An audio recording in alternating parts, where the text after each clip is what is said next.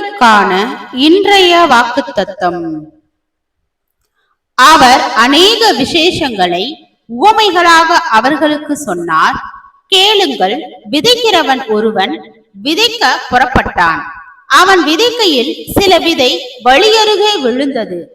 பறவைகள் வந்து அதை பட்சித்து போட்டது. சில விதை அதிக மண்ணில்லாத கற்பாறை இடங்களில் விழுந்தது. மண் ஆழமாயிராததினாலே அது சீக்கிரமாய் முளைத்தது. வெயில் ஏறின போதோ தீந்து போய் வேறில்லாமையால் உலர்ந்து போயிற்று.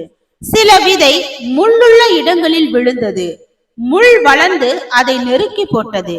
சில விதையோ நல்ல நிலத்தில் விழுந்து சிலது 100ஆகவும் சிலது 60ஆகவும் சிலது 30ஆகவும் பலன் தந்தது. கேட்கிறதற்கு காதுள்ளவன் கேட்க கடவன் என்றார். அப்பொழுது சீசர்கள் அவரிடத்தில் வந்து, ஏன் அவர்களோட உவமைகளாக பேசுகிறீர் என்று கேட்டார்கள். அவர்களுக்கு அவர் பிரதியுத்தரமாக, பரலோக ராஜ்யத்தின் ரகசியங்களை அறியும்படி உங்களுக்கு அருளப்பட்டது, அவர்களுக்கோ அருளப்படவில்லை. மத்தேயு 13வது அதிகாரம் வசனம் 3 முதல் 11 வரை.